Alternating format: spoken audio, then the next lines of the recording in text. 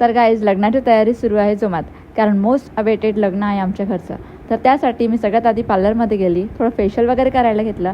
त्यानंतर आमची सवारी निघाली गावाला जायसाठी.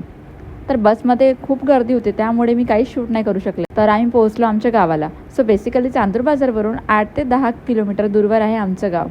तिथलेच आम्ही प्रॉपर आहे. तर बरेच दिवसांनी गावाला येण्याचा कार्यक्रम बनलेला होता. आता गावाला जायचं म्हटलं तर वेगळाच आनंद असतो, ते काही विचारायचं कामच नाही. घरी पोहोचताच छान पूजा वगैरे मांडलेली होती. नंतर आम्ही जेवण वगैरे केलं. तर रात्री आम्ही ठरवलेलं DJ नाईट करायचं, कारण DJ पण आमच्या घरचा होता आणि ऑपरेटरसुद्धा. या आजीबाईंचा डान्स तर काही नेक्स्ट लेवलचा होता आणि यांना बघून सगळ्यांना उत्साह आलेला होता डान्स करण्यासाठी. तर रात्री झोपता झोपता मला 2 वाजलेत आणि नेक्स्ट डे होता हळदीचा. तर सकाळी सकाळी इथले काही फॅन्स भेटले मला. हे खरंच खूप छान मोमेंट होतं माझ्यासाठी, कारण त्यांनी खूप क्यूट कमेंट्स दिल्यात, पण मी काही कॅप्चर नाही करू शकले. प्राऊड तेव्हा फील झालं की ते बोलले, तू स्वाती वानखेडे ना, आमच्याच गावची का, आम्ही तुझे रोज व्हिडिओज बघतो वगैरे वगैरे असं. हळदीसाठी रेडी वगैरे झाले आणि असा होता माझा हळदीचा लूक. तुम्हाला कसं वाटला कॉमेंटमध्ये नक्की सांगा. नंतर डान्स वगैरे केला आणि संध्याकाळी संगीत प्रोग्राम ठेवलेला होता. त्यासाठी माझा लूक असा काही होता. छान डान्स वगैरे केला. मग डे 3 म्हणजेच लग्नाचे दिवस.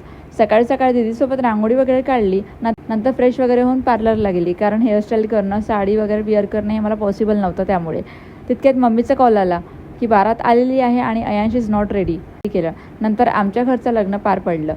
लग्नाची चर्चा तर अख्ख्या अमरावतीपर्यंत पोहोचली, कारण आमचे जवाई हे हत्तीवर आलेले होते. त्यामुळे आता हे लग्न खूप जास्त चर्चेत ठरलेलं होतं. Day 4 it was reception day. पण त्याच दिवशी नेमका अयांश आजारी पडला.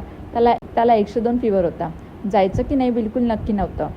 पण त्याआधी मी त्याला डॉक्टरकडे घेऊन गेली. डॉक्टरांना विचारलं की जाणं योग्य आहे की नाही. तर ते बोलले की जा, परंतु त्याआधी त्याला मेडिसिन्स वगैरे देऊन जावे.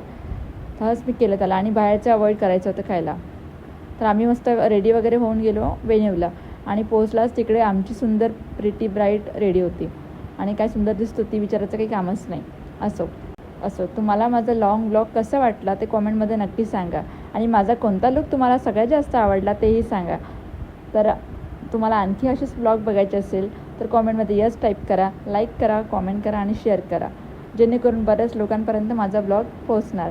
तर भेटूया उद्याच्या ब्लॉगमध्ये. तर बाय बाय.